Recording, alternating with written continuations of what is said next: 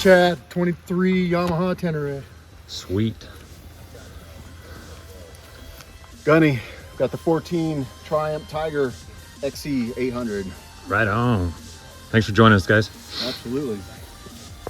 So we started out, and I wanted to point this rock out to you because yesterday, or the day one, I mentioned it in the video. You look at all this rock on this hill, it's really slippery because there's so much rock out here. And that was where we started though. And even going up this hill was a little squirrely, but it was a good time. Nobody had to eat it or try to snack on rocks, you know what I'm saying? But speaking of snacks, before we got over here, let me backtrack. We made a little pit stop for some snacks. Let's see what I learned yesterday at day one about my snack box is if I'm gonna have snacks in it, you better secure them tightly because all them bumps really knock things loose. But we're out on the trail and we got off of that rocky road and just hit some dirt. And this is where it started to get fun. We had a really good time out in here. I noticed some things though, like off in the trees where if you look to the right, there was a Coke box in the tree. I'll pause on it in a minute. Let's see, Ward's over here playing with these trees because he thought there was snacks in them, and then they started grabbing his bike. I tried to warn them because the trees will eat you. And anyways, we were getting everybody turned around. This is where we decided to go off of the trail and take the, what do they call that? The path less traveled and really have a good time. So we were getting off of the map. We're actually looking for a overlook that we didn't ever find, which is unfortunate. But look, there's this weird box in the tree, and then you see a license plate later on in a tree. I think they're all markers for people that usually ride those trails and stuff. And they don't have road signs, so they just call that the Coke Road, and they call that the license plate road and stuff like that. You know what I'm saying? Anyways, this road doesn't look really intense on the video here, but as we start to get down, there's some serious washouts that you do not want to have your bike tires stuck in. And once again, I'll probably say this like 3 more times. The video does no justice to the condition of these roads. Like right there, you do not want to be in that. That is not where you want your tires to go. And then on the climb back up, I have to come back up this road. I'm on the other side of this little washout right here. And it was scary. I'll tell you more about it later. But this guy, he was looking for snacks down there on the rocks. Forgot he was on his motorcycle. I was just kidding. I'm thinking he was probably looking down at those rocks like, oh crap, I can't go there. And he tried to dodge it. I'll tell you, I'd rather drop my bike than end up down there in that little washout because them rocks, Tires don't get any traction on them and they're super steep. But we're there, little buddies, snack buddies, to help him pick up his little snack finding machine and get him back on his way. I just pause right here to emphasize, like, look at that.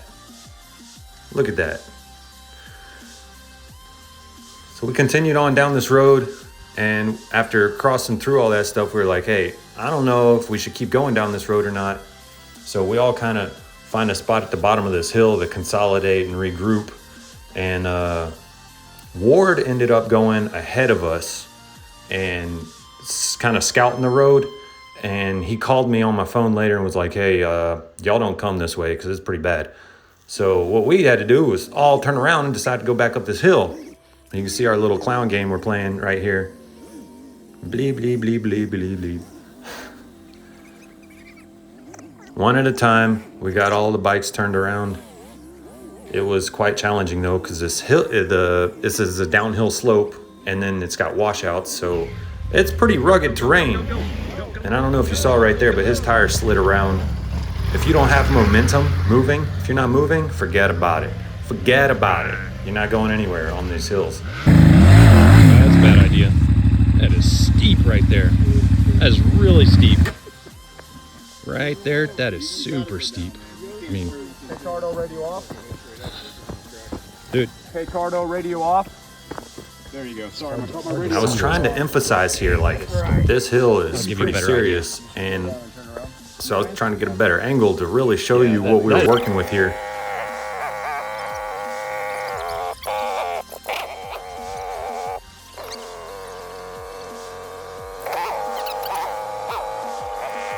We got Cody turned around. But every time you drop your bike and trying to fight these hills and gravity, it wipes you out. Every single one of us had to take a breath down there at the bottom of that hill. And like, That's it. All you gotta do is Just go. go. Just fucking go. All you gotta do is go do it. Ain't nothing to it but to do it. this Hey, guy. wait till I get down here. It was exhausting, like really exhausting, pushing around a 500-pound bike on these trails. I mean, a dirt bike.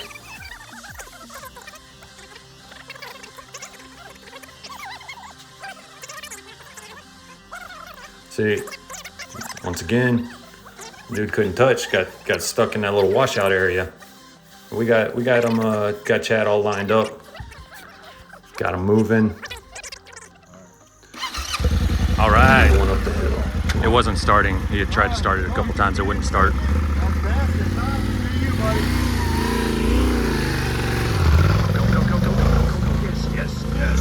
Yeah.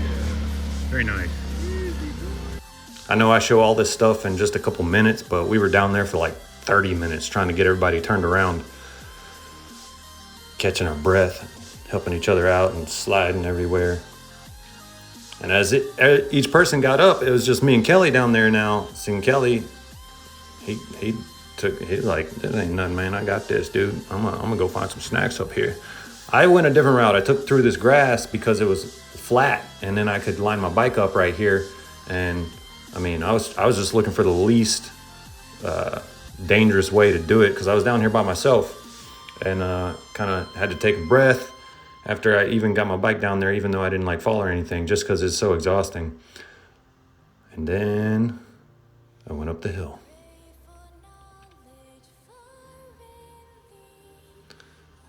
I came to the top of the hill. I didn't know what's going on. They're all off their bikes over there eating snacks. I knew it. They got the snack master over there. They're over there munching on some grub in the sticks over there. So I decided to go, hey, what's up? Y'all gonna let me get some of them snacks y'all got? And then by the time I get over there, homie burns off. This dude picks up a stick, starts chasing him down. He's like, I'm gonna get him with this stick.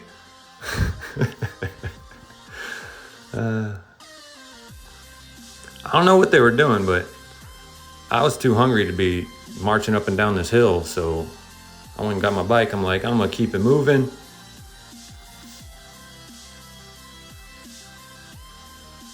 And this climb, this ascension up this hill, I'm telling you, it's not, the video does no justice. I was on the edge of my seat, quite literally, and I was scared out of my mind that I was gonna wipe out real hard. See, at first, these guys are showing me like, hey, go this direction. And I'm like, okay, I got you. Avoid all those pitfalls there. So I cross over. I was supposed to cross to the right there, but I didn't. And this tiny little track on the left was barely holding me up. And then I had to jump across this big ditch. I mean, it looked like a 4-foot drop when I was riding it, and it scared the snot out of me. And so I just burned up this hill. I was like, nope, I'm not stopping, even though I was past the hardest part. I just kept on all the way to the top of that hill. That's like Blue Diamond. So it's definitely not for 600-pound bikes to be playing with. You don't think so? I thought it was really good training. It was. I learned how to fall.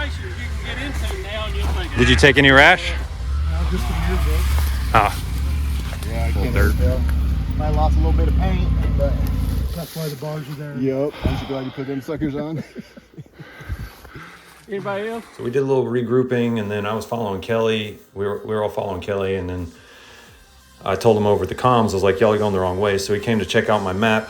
You see the license plate in the tree? There's a license plate right in front of me to the right in the tree.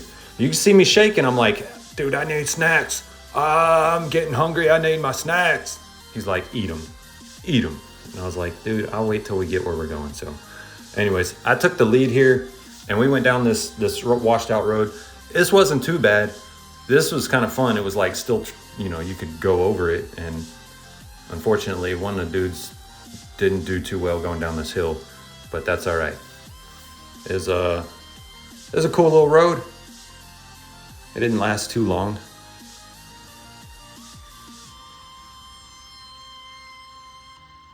But some of these washouts were filled with the trees and sticks and stuff. See, he had fallen. You could see the smoke coming out of his bike.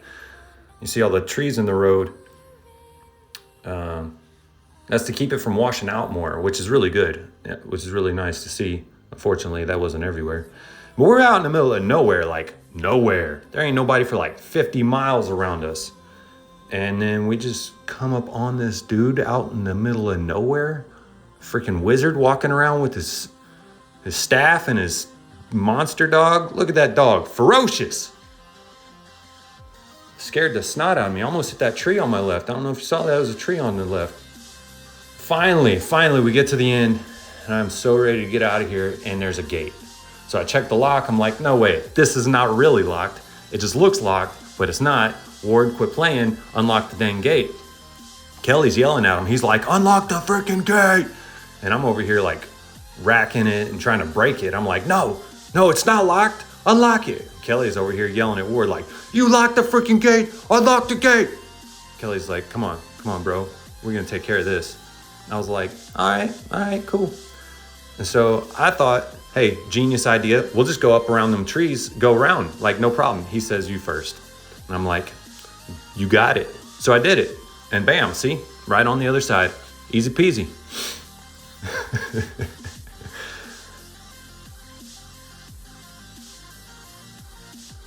But really, getting under that gate, we all went under it. So you'll see here.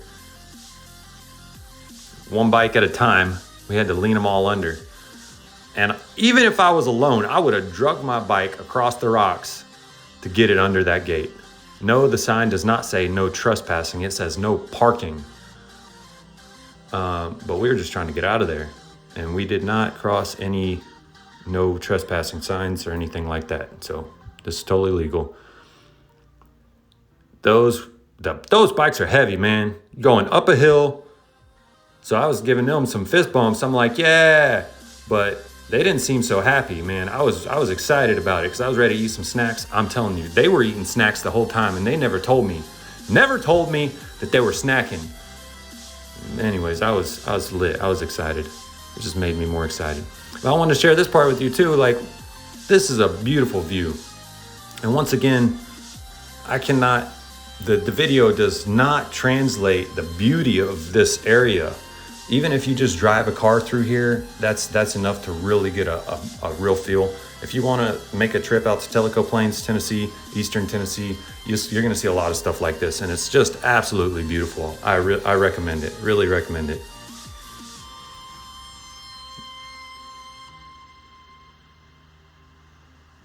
So we went over to a restaurant.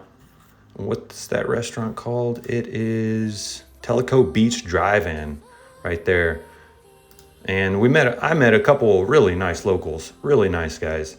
They're very welcoming, and they know because like they get a lot of travelers coming through, and that's their business, and so they're real nice.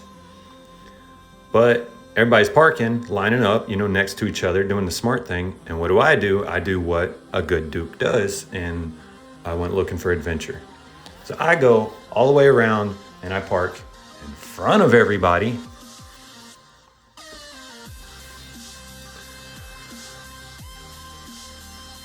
And that really wasn't too smart because I parked in front of the flagpole, and then I couldn't get my bike to stand up. I had to move my bike anyways. So, sometimes he wants to get drunk over there. Yeah, you see that?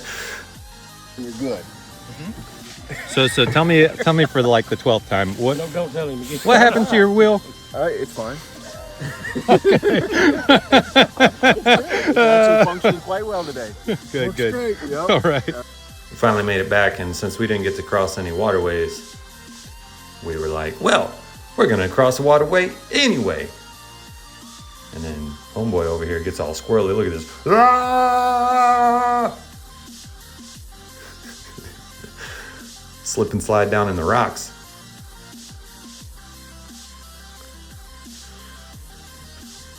After getting back, there was a little, I wouldn't call it a trials event. It was like a technical course out here that anybody could compete in. And if you touched the ground, it added to your time. And it was a timed trial. So yeah, anyways, it was pretty cool, except that it was rainy and on grass. And so because of that, I didn't participate. But as you can see, this guy did pretty darn well. And it was really cool to watch, I'll tell you that. Maybe next year I'll be a part of it. This dude's like, over the river into the woods, to grandmother's house we go. Here he comes. You know what? He didn't get any snacks though. Ward and a couple guys decided, hey, let's go for a ride, and it poured rain on them, so it was really cool spending time around the fire, just hanging out. And they were drying their clothes, and we were just chilling, having a good time, man. It was a real good time. If you enjoyed this video, check out the description for the link to video 1 and video 3.